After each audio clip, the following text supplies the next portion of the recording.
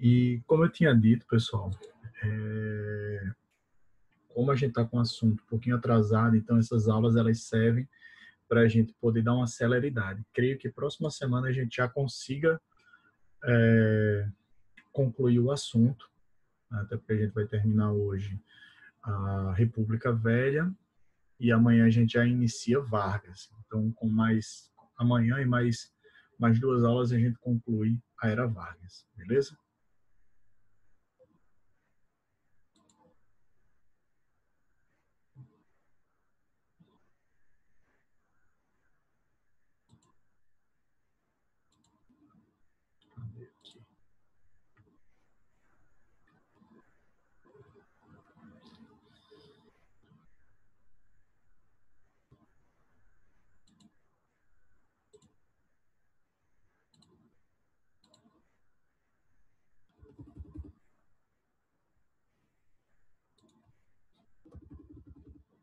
Pronto. Então, semana passada a gente tinha falado aqui até coluna prestes, até o movimento tenentista, tá bom? Então, a gente vai continuar, na verdade, a partir daí. Então, como a gente discutiu anteriormente, esse período aí da década de 20 e tal, é um período de grandes mudanças no cenário brasileiro. Então, mudanças políticas, mudanças econômicas, mudanças sociais, e nós teremos uma influência também forte na arte, certo? E aí eu pergunto a vocês, vocês já viram? A gente viu em artes a semana de, não, a gente vai ver ainda em artes a semana de arte moderna. Mas vocês já viram em filosofia ou em literatura?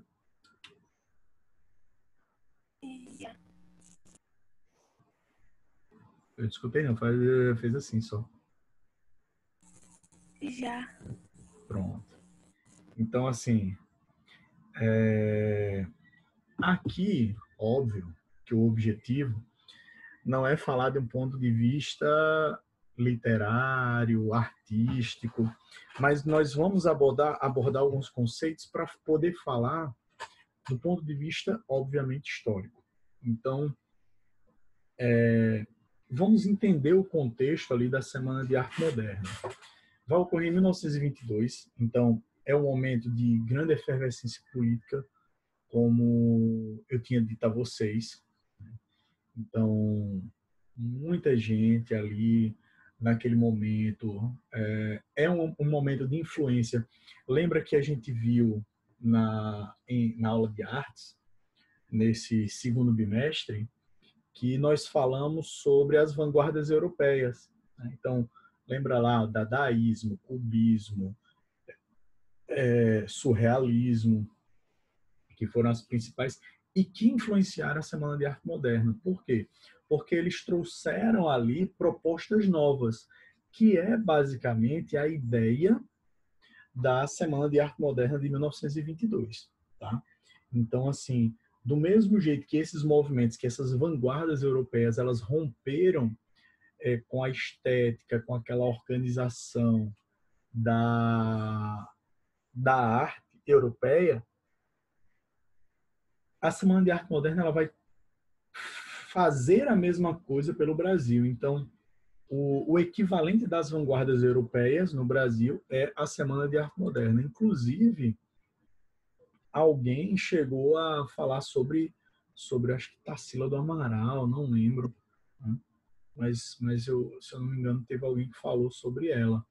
E assim, aí é para a gente perceber como essas vanguardas europeias elas têm influência no Brasil. Óbvio que aí dentro da característica aí da Semana de Arte Moderna, a gente vai perceber algumas peculiaridades, tá? E aí vamos lá. Eles organizam esse movimento lá no Teatro Municipal de São Paulo, chamado Clube dos Cinco, que era Mário de Andrade, Oswaldo de Andrade, de Cavalcante, Anita Malfatti e Tarsila do Amaral. Então, era o Clube dos Cinco que organizaram ali a Semana de Arte Moderna. O objetivo deles, criar esse novo senso estético na produção intelectual. Então, era criar algo novo. Então, eles buscavam valorizar aquela cultura brasileira, ou seja, a cultura negra, a cultura indígena, com o objetivo aí de formar essa identidade nacional brasileira, ou seja, para dar à arte brasileira uma cara nacional. Alguém pode me dar um exemplo de algo relacionado ao modernismo no Brasil? Pode ser peças de literatura, alguma coisa assim, que a gente pode perceber isso.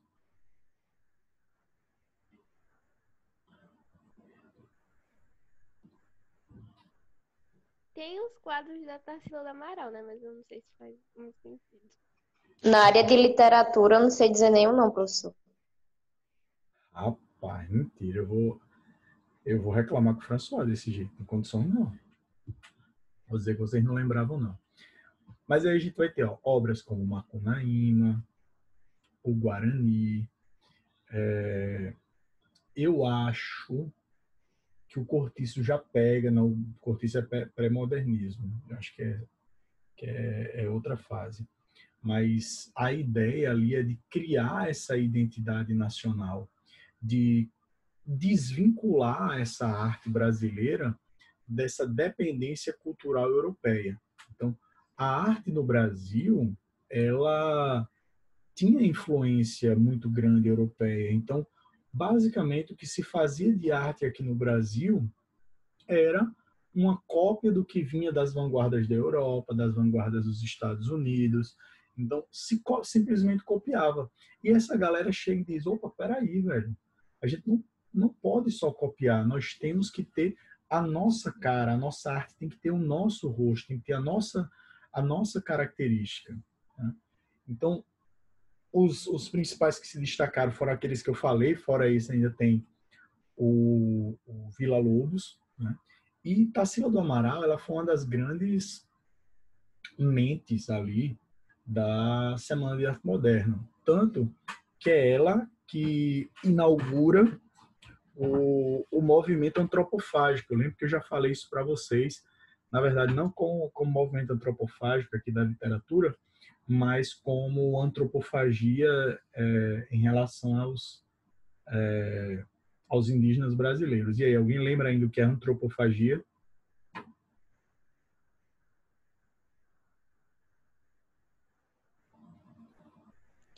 É comer humano. É, exatamente. É o ato de você comer carne humana. E aí, o que é que diferenciaria, então, o, a antropofagia do canibalismo? Antropofagia é para ritos, tem um significado, se eu não me engano. Exatamente isso. Então, a antropofagia, ela tem uma característica ritualística, tá? Então, tipo, quem é que tá com esse nome YouTube aí, hein? Tá aparecendo aqui. Renomei aí, só para eu saber quem é. Tipo, o fato de eu comer carne humana com um objetivo ritualístico, ou seja, vou comer a carne de, sei lá, de Lavínia, porque eu acho que eu vou pegar a inteligência dela. Vou comer a carne de Jaffer, porque eu acho que eu vou pegar a força dele. Eu vou, enfim. Então, tem uma questão ritualística por trás. O canibalismo ele é uma função simplesmente fisiológica. Tipo, eu comer carne humana simplesmente para suprir uma necessidade fisiológica minha que é de comer. Então, e como é que isso se aplica na arte? Tarsila do Amaral vai dizer, ó, não, tudo bem nós sermos influenciados pelas vanguardas europeias, mas nós não podemos simplesmente copiar o que vem de lá. Então nós temos que, aí entre aspas, engolir essa arte e a partir daí criar uma arte nossa, com características brasileiras. Então, essa é a principal ideia aí do movimento antropofágico nas artes. E depois a gente vai ter, vou mostrar para vocês aquela famosa pintura dela que a gente vai comentar um pouco. Então, ó, esse movimento ele se divide em duas tendências políticas. Um movimento mais, entre aspas, socialista, de esquerda ali, que é o Movimento Pau-Brasil, liderado por Oswald de Andrade e Tarsila do Amaral, e a gente percebe que na obra de ambos existe uma preocupação do ponto de vista social muito grande. Então, Tarsila do Amaral ela tem várias pinturas, várias obras em que ela retrata, por exemplo, a realidade do trabalhador, do operário, enfim, do povo de fato brasileiro, tá? Então tem esse viés aí de uma crítica social também nas obras do movimento Pau-Brasil. E em oposição, um movimento mais conservador de direita, de tendência fascista, então um socialista e outra de tendência fascista, que é a escola da ANTA, ou também chamado de verde-amarelismo, de Plínio Salgado. Então vai ter esses dois vieses aí na Semana de Arte Moderna. E só um detalhe, não esqueça do nome de Plínio Salgado, que posteriormente nós falaremos nessa criatura novamente. Não de um ponto de vista mais artístico, mas sim de um ponto de vista político, né? E a gente já percebe aí que existe uma ligação política dele. Bom, aí a pintura que eu disse para vocês é justamente o Abapuru. Isso aí a gente vê lá desde dos livros do Fundamental, a gente vê essa obra aí de Tarsila do Amaral. Ela é uma obra que ela tem uma certa inspiração no pensador de Rodin, do artista francês. Então seria uma posição ali de pensador. Aquilo não é um nariz, tá? Aquilo é um outro braço dessa figura aí humana, né? E ela traz uma crítica social, uma crítica política nessa obra de arte. Isso seria uma representação do brasileiro, e aí o brasileiro ele é representado aí com os braços e as mãos bem maiores do que a cabeça. Por quê? Porque seria uma representação de que o brasileiro ele tem a coisa do trabalho braçal, que ele não tem muita educação, que a grande maioria são analfabetos, por isso que ela é retratado aí com a cabeça pequenininha, entendeu? Então veja que uma coisa que parece aparentemente simples, mas que traz uma carga social, né? Uma carga de críticas e tal, sociais, muito, muito forte, né? Bom, e continuando, já para a gente começar a finalizar de fato aí a República Velha, vem o movimento de 1930. O que acontece? Como eu disse para vocês, durante a República Velha, nós tínhamos a política do café com leite.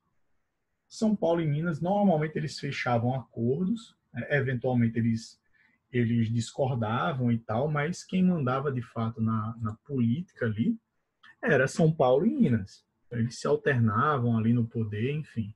E para as eleições de 1930, havia sido feito um acordo entre paulistas e mineiros que o indicado à sucessão de Washington Luiz deveria ser um mineiro, o Antônio Carlos de Andrada. Tá? Só que o Washington Luiz resolve romper com Minas Gerais e óbvio que ele não é tolo. Antes de romper com Minas, ele vai buscar o apoio dos outros estados do Brasil para poder romper com Minas, porque assim, Minas era o maior polo eleitoral que existia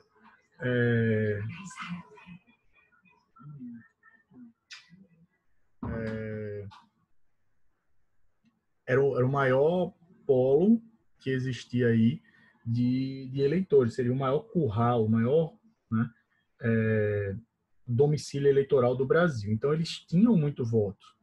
Então, para que São Paulo conseguisse se perpetuar, continuar no poder, como era o desejo de Washington Luiz, ele precisava buscar o apoio de outros estados. E aí, o Rio Grande do Sul sempre teve uma posição de oposição, sempre esteve à margem, sempre fez oposição, então Washington Luiz nem busca o Rio Grande do Sul. E aí dizem, né, que Washington Luiz, quando ele vai se reunir, ele esquece de falar com Epitácio Pessoa, que era quem mandava na política aqui na Paraíba. E quando ele vai falar, Epitácio diz, também agora não quero mais não. Né? E aí diz a ideia da Paraíba pequena e valente, não sei o quê, enfim. E diante disso, Epitácio se encontra com os líderes mineiros e gaúchos e diz, a gente está precisando aqui de um candidato a vice na chapa aqui com o Titio GG, com Getúlio Vargas. Ele diz, tem o meu sobrinho, ele é presidente de estado lá na Paraíba. E é formada aí, portanto, a chapa por Getúlio Vargas, candidato a presidente, e João Pessoa, candidato a vice-presidente pela Aliança Liberal, que seria oposição ao Partido Republicano Paulista. Então, eles fizeram aí esse jogo. De um lado, a gente vai ter Minas, Rio Grande do Sul e Paraíba, do outro, os outros estados juntos com... Desculpa. Juntos com São Paulo. E só um adendo, pessoal, não sei se vocês lembram disso, mas que durante a República Velha, você não necessariamente votava na chapa. Ou seja, você podia votar, por exemplo, em Júlio Prestes para presidente e João Pessoa para vice. Não existia essa coisa de votar em chapa como a gente tem hoje, né? Esse ano a gente vai ter eleição para prefeito, então quem vota aí vai votar numa chapa. Mas nessa época você podia votar em separado para presidente e para vice, tanto a nível estadual como a nível federal. E aí, quais eram as propostas dessa aliança liberal? Primeiro, criação de uma justiça eleitoral. O objetivo da criação da justiça eleitoral é tentar minimizar o poder das oligarquias, dos coronéis, porque seria um órgão, a função da justiça eleitoral seria de fiscalizar o processo eleitoral, para que o processo eleitoral ele ocorresse da maneira mais correta possível. Estabelecimento do voto secreto, que isso também é extremamente importante naquele contexto ali, porque o voto secreto ele estava estabelecido, era uma das possibilidades existentes pela Constituição de 1891, só que nenhum estado adotava, e eles defendiam a obrigação do voto secreto, porque com a obrigação do voto secreto quebraria os currais eleitorais, quebraria os domínios dos coronéis. Proteção do trabalho infantil e do trabalho feminino. Então, é interessante que a gente já começa a perceber aí em Vargas uma preocupação trabalhista. E, por fim, proteção ao pequeno agricultor. Porque se ele protege o pequeno agricultor, ele está tentando enfraquecer o coronel. O coronel vai ser uma liderança ali, política e tal da região, e quando você fortalece o pequeno, você vai enfraquecer ele. Então, vejam que as propostas da Aliança Liberal, elas visavam todas enfraquecer o poder das oligarquias, o poder dos coronéis. Tá? E aí, o que é que acontece? Apesar da campanha que foi feita, Júlio Prestes ganhou as eleições, muito também pelas fraudes que a gente sabe que haviam durante esse período. Mas óbvio que não é só isso. Você vai ter todo um apoio dos estados em torno da figura de Júlio Prestes, contrários a Titio GG. Então, assim, tem toda uma série de fatores que vai fazer com que Júlio Prestes ele vença as eleições de 1930. Lembra? Só um detalhe, tá, pessoal? À época, as eleições não eram como hoje. No final do ano, outubro, esse ano, excepcionalmente por conta da pandemia, que será em novembro, mas as eleições elas eram em março e a posse era em novembro. Era no mesmo ano. E aí o que acontece? Eles perderam, né? Os aliancistas eles não se conformaram e vem o assassinato de João Pessoa, que tinha sido candidato à vice-presidência na chapa com Getúlio Vargas. Esse assassinato de João Pessoa, ele não tem nada a ver com a política nacional. Mas Getúlio Vargas diz que que foi a mando de Washington Luiz e de Júlio Prestes que João Pessoa foi assassinado. Só que por que João Pessoa foi assassinado? Não tem nada a ver com a política nacional, e sim com a política local. Tá? Vou resumir um pouquinho dessa história para vocês. João Pessoa, sobrinho de Epitácio Pessoa, que era o cara que mandava aqui politicamente na Paraíba, ele se elegeu com o apoio do tio a presidente de Estado. Só que ele propôs uma série de medidas liberais. O discurso dele era, para aquele contexto ali dos coronéis e tal, era um discurso relativamente progressista, mas era só progressista até onde lhe convinha, tá? E ele começa a pegar no pé, por exemplo, dizendo que ia acabar com cangaço aqui, aqui na Paraíba. Tanto que no discurso de posse dele, ele já cria um mal-estar muito grande com vários coronéis que foram para a posse dele. Por quê? Esses coronéis, eles eram aliados políticos de Epitácio, tio de João Pessoa, que foi quem articulou a vitória dele. E aí dizem, né, lá que teve uma discussão dele com um coronel, que ele chegou, né, e disse: e aí, e os seus cangaceiros? João Pessoa teria dito: seus cangaceiros, como é que estão? Aí o coronel, não lembro quem foi o coronel agora, responde para João Pessoa: os meus cangaceiros, como você diz, que são os eleitores do seu tio Epitácio Pessoa, vão muito bem, obrigado. E aí dizem que quando ele começa a discursar, muitos coronéis começam a ir embora. Ele começa a desagradar essa parcela da população que era importante para a manutenção do poder. Isso foi agravado pela situação econômica da Paraíba na época, que estava muito ruim, os impostos altos. E o que acontecia? Tinha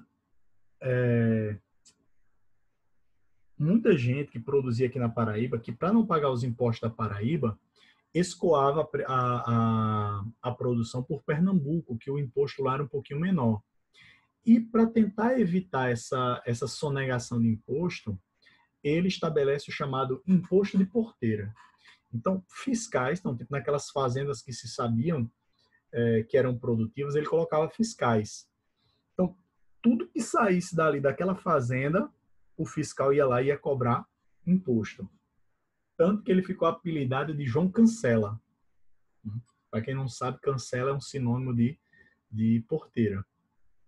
E começa a desagradar, obviamente, os coronéis. E ele teve uma treta com João Suassuna, o pai de Ariano Suassuna, que tinha sido presidente de Estado. e com correligionários dele, da região de Catolé do Rocha, com um outro coronel da região de Princesa Isabel chamado Zé Pereira. Essas três famílias, a família Pereira de Princesa Isabel, a família Dantas de Teixeira e a família Suassuna de Catolé do Rocha, elas se aliam politicamente contra João Pessoa. E João Pessoa começa a perseguir os membros dessas famílias. Até que ele chega e ele manda, inclusive, prender lá perto da região de Teixeira, num povoadozinho lá, ele manda prender um primo e duas tias um primo, uma prima e uma tia de Ariano Suassuna. O primo dele consegue fugir para pedir ajuda, né? E as duas, a tia dele e a prima dele, ou eram duas tias, eu não lembro agora direito, são presas. E ele disse que tinha uma tia dele lá que era muito desbocada. Aí o delegado que prende eles era de uma família rival dos Suassuna. Aí ele chega lá na cadeia, olha para as mulheres e faz: eita, hoje que eu sangro um Suassuna, hoje eu vou beber sangue de Suassuna. Aí disse que a tia dele olhou para o cara e fez: pois pela primeira vez na tua vida tu vai ter um sangue que preste dentro do teu corpo, né? Então, para ver como é que era as tensões políticas aí. Bom, grupos armados aliados de Zé Pereira e da família Dantas e da família Suassuna cercam esse povoado e e o padre lá da cidade, esse povoado, vai conversar com esses coronéis e dizer: não, rapaz, não, vamos negociar. E os caras prendem o padre e dizem: ó, a gente só solta o padre quando soltar as mulheres. E aí fizeram esse acordo e soltaram. Diante disso, um coronel da cidade de Princesa, chamado Zé Pereira, ele começa um levante contra João Pessoa, contra o estado da Paraíba, né? Ele se proclama independente, ele diz que a cidade de Princesa vai ser independente da Paraíba, tanto que ele funda lá um jornal em que ele falava que o vizinho estado da Paraíba, ele dizia que a cidade de Princesa iria prestar obediência diretamente ao governo federal, e lembrando que o governo federal tinha feito oposição a João Pessoa. Isso aí é por volta esse é depois das eleições que ele perdeu junto com Getúlio. Então, o governo federal começa a mandar armamentos para Zé Pereira para ele poder enfrentar João Pessoa, né? E eles conseguem enfrentar fortemente a resistência lá de João Pessoa. Zé Pereira tinha muito dinheiro, ele chega para os soldados da polícia da Paraíba e diz: ó, quanto é que o governo está te pagando? Aí, sei lá, 1.000, eu te dou 1.500. Aí os caras iam, deixava a polícia e ficava do lado de Zé Pereira. E tiveram muitos embates, né? Tem uma situação que foi engraçada, que João Pessoa, ele contrata um avião para soltar panfletos na cidade, dizendo o seguinte, que tipo, caso a população não se rendesse dentro de 3 dias, que a cidade seria bombardeada, né, de avião. E tipo, as pessoas tipo, no interior, naquela época, nunca tinham visto um avião, nem tinha gente que nem sabia o que era um avião. Aí tem um relato de um cara dizendo que atirou no rabo do bicho e viu ele sangrar, né? E tem um outro interesse que foi engraçado, que assim, o avião passou, né, tipo, infinitamente rápido. Aí um cara que morava num sítio foi lá, pegou o cavalo dele, colocou a sela e foi lá para a sede do município de Princesa Isabel para avisar a Zé Pereira que tinha visto um avião e que estava indo em direção à cidade. Só que, tipo, daqui que ele chegasse na cidade, depois que ela avistou o avião, foi coisa de 2 horas depois. Cara, indo de cavalo. Quando ele chega lá, ele vai dizer a Zé Pereira que, né, que viu um avião, tal, que estava vindo em direção à cidade. Zé Pereira já pensou que era outro avião para bombardear a cidade, mas desde que era o mesmo, né? Bom, mas enfim. E a revolta ela vai durando e João Pessoa começa a atacar os aliados das famílias. Entre eles, ele ataca um cara que era advogado aqui em João Pessoa, da família Dantas, aliado de Zé Pereira e do Suassuna, que era João Dantas, que era um advogado muito renomado aqui. E por conta dos ataques e tal, ele resolve sair daqui da cidade, da antiga cidade da Paraíba, atual João Pessoa, e vai para Recife, onde ele fica lá na casa de familiares. E João Dantas, o tempo todo mandando, botava no jornal Comércio do Recife, colunas, criticando João Pessoa, tal, não sei o quê, maior. E os dois nem se conheciam, na verdade, pessoalmente, mas estavam um lá metendo pau no outro. João Pessoa resolve mandar invadir o escritório de João Dantas, que ainda existia em João Pessoa, dizendo que estava sendo assaltado, mas que, na verdade, né, ele foi para ver o que tinha lá, para ver se podia usar alguma coisa contra ele. E nisso, ele achou dentro de um cofre lá, entre outras coisas, processo, cartas que João Dantas trocava com uma professora, com a Anaíde Beiriz. Apesar dos dois serem solteiros e tal, enfim, mas que a Anaíde Beiriz, para a época, já era considerada uma mulher velha, por ter mais de 30 anos, nunca ter casado. Então, aquele romance escondido era algo socialmente não aceito. E o que foi que João Pessoa fez? Começou a publicar as cartas que ele tinha recebido de Anaíde Beiriz. Tanto que, por conta disso, da vergonha e tal, Anaíde Beiriz chegou a cometer suicídio por conta dessa publicação das cartas. João Dantas fica puto da vida. João Pessoa, para provocar ele, diz, eu tô indo no Recife. Por quê? Por conta da revolta de Princesa, ele consegue um navio que ia vir do Rio Grande do Sul, que Getúlio Vargas tinha mandado armas para ele, para melhorar as armas da Polícia Militar. Só que o porto aqui não conseguia receber o navio do porto que viria. E aí ele tinha que ir para Recife, só que Pernambuco era de uma área aliada do governo federal, portanto, contrária a Getúlio Vargas, contrária a Epitácio. E ele foi lá, conversou com um amigo dele, que era juiz lá de Pernambuco, para conseguir um alvará para essas armas descerem em Pernambuco e irem de caminhão para João Pessoa. E ele deixou todo o itinerário dele no jornal A União, o jornal aqui do Estado. Então, João Dantas sabia que quando ele fosse, depois que ele tivesse com esse juiz, esse amigo dele, que ele iria passar pela Confeitaria Glória. E aí as pessoas... João Pessoa vai para a Confeitaria Glória. João Dantas sabia quem era João Pessoa, mas João Pessoa não sabia quem era João Dantas.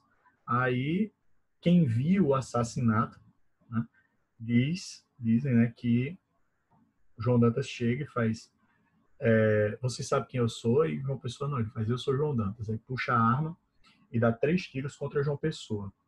O motorista de João Pessoa atira contra João Dantas, que leva um tiro de raspão na cabeça e desmaia.